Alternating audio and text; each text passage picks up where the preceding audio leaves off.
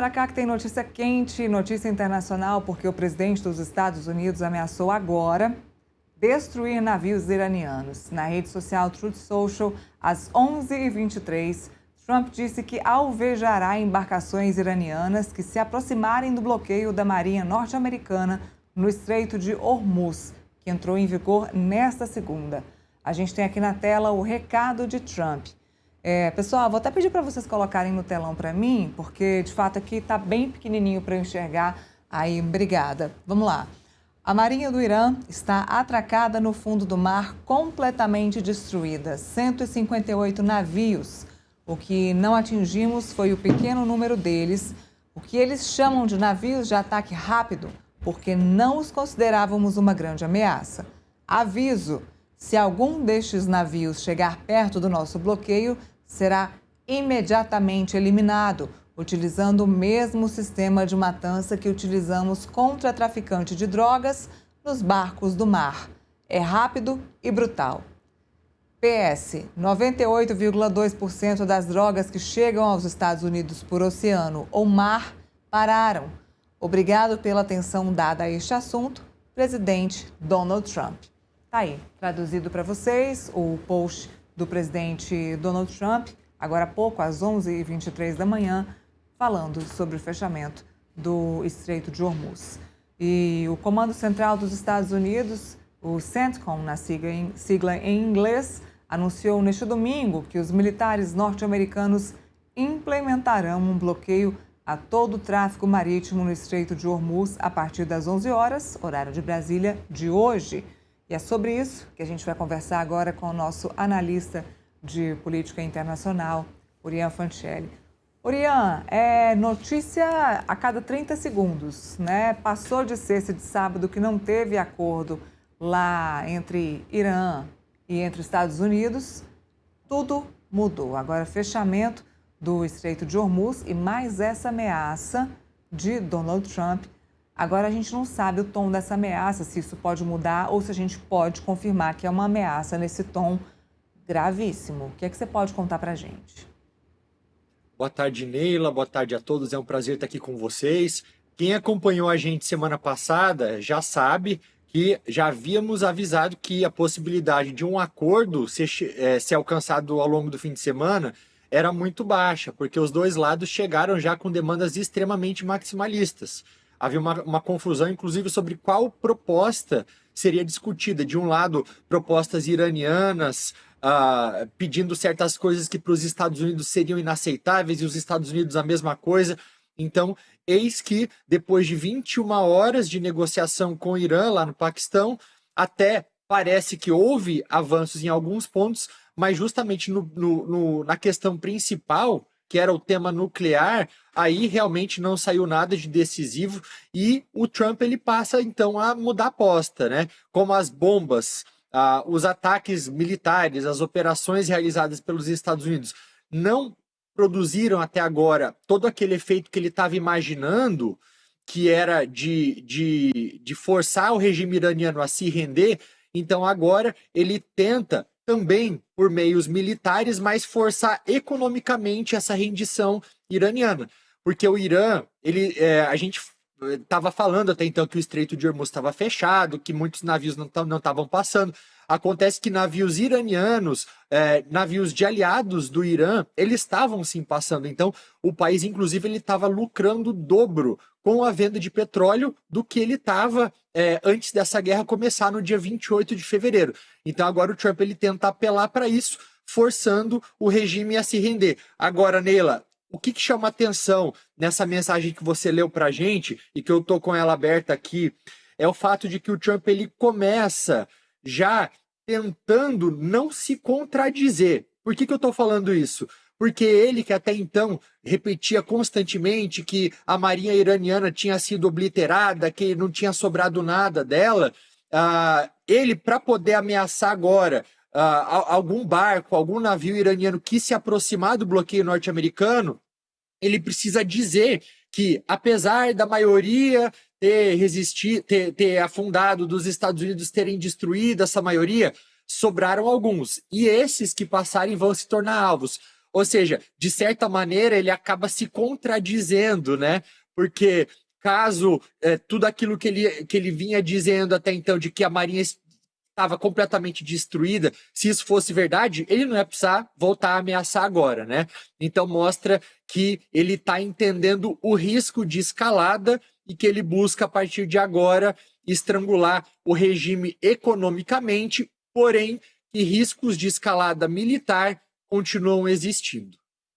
Bom, essa reunião entre Estados Unidos e Irã terminou sem acordo, como você disse, depois de mais de 20 horas de negociação, mantendo um impasse sobre o programa nuclear e o fim do conflito no Oriente Médio.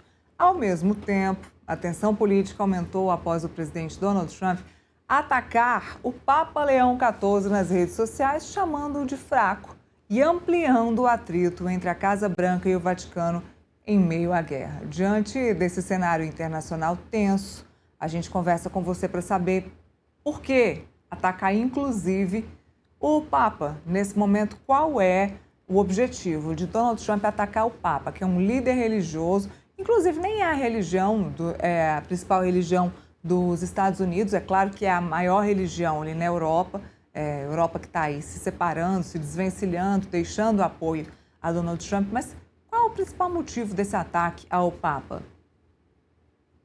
É a mesma coisa, eu acho que acontece com qualquer outra pessoa do mundo que discorda ou que critica das ações do Donald Trump. Vale a gente lembrar também que o Papa, ele não deixa, apesar de ser um líder religioso, ele não deixa também de ser um chefe de Estado. E o Trump, ele tem atacado diversos aliados ao redor do mundo, inclusive países europeus, países da OTAN, que nessa semana também, hoje, reafirmaram que não vão participar diretamente de nenhum tipo de operação desse bloqueio que os Estados Unidos estão fazendo. Então, sobrou até para o Papa também, né? Quando ele foi escolhido, o Papa norte-americano, para se tornar o novo chefe da Igreja Católica, eu lembro que algumas pessoas até criticaram isso, porque pensavam, nossa, agora com um Papa alinhado aos Estados Unidos, um Papa norte-americano, o Donald Trump vai se sentir ainda mais empoderado para tomar determinadas atitudes, mas a gente já vê que não é o caso. O fato do Papa ter nacionalidade norte-americana, inclusive, acho que acaba amplificando um pouco essa crítica, né, que acaba muitas vezes sendo feita contra o Donald Trump, e ele se incomoda com isso e acaba redirecionando também seus ataques contra o Papa. Então, é algo que tem acontecido já, e é o Trump, Neila, é o Trump sendo Trump e vai atacar quem for. Por cima de quem estiver na frente, né? Para a gente entender esse contexto, vamos ver o vídeo do Papa falando, então. Depois a gente assiste o presidente Donald Trump retrucando aí. I have no fear, neither the Trump administration nor speaking out loudly about the message of the gospel. And that's what I believe. I am called to do what the church is called to do. We're not politicians. We're not looking to make foreign policy, as he calls it, with the same perspective that he might understand it. But I do believe that the message of the gospel, blessed are the peacemakers, is a message that the world needs to hear.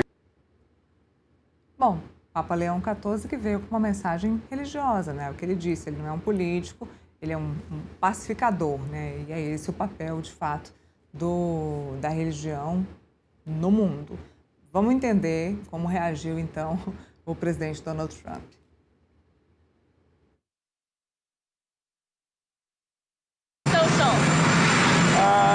I don't think he's doing a very good job. He likes crime, I guess.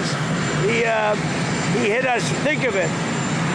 He's worried about fear. What about the fear when the ministers and the priests and all of those great people that were arrested during COVID, and in many cases they're outside 10 feet apart and they were arrested. So we don't like it. We don't like a pope that's going to say that it's okay to have a nuclear weapon.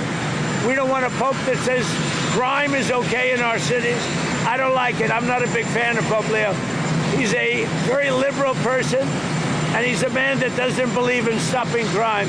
He's a man that doesn't think that we should be toying with a country that wants a nuclear weapon so they can blow up the world. I'm not a fan of Pope Leo. Certamente não foi isso que o Papa Leão falou, certamente não é esse o pensamento do Papa Leão, mas está aí Donald Trump com todo sua forma excêntrica de responder, né, Urian? Não tem muito o que dizer. Lembra, Neila, logo depois que o Papa Francisco morreu também, que o Donald Trump ele fez uma postagem nas redes sociais com uma imagem gerada por IA, na qual ele se colocava como o novo Papa também, né? Então, ele realmente é essa pessoa que primeiro ponto, eu acho que distorce constantemente aquilo que é falado pelos outros, e todo mundo que não endossa qualquer política, qualquer decisão do próprio Donald Trump vai se tornar alvo. Não foi diferente com o Papa, como você viu, ele distorceu completamente tudo aquilo que o Papa disse, né? O Papa falou apenas de paz, que ele é contra a guerra. Inclusive, em alguns momentos diferentes também da história, o Vaticano ele serviu como mediador para tentar se colocar à disposição para resolver questões de guerras, de conflitos, mas o Trump ele não enxerga isso. Qualquer crítica vai ser vista como inimigo. É isso que ele faz. Bom,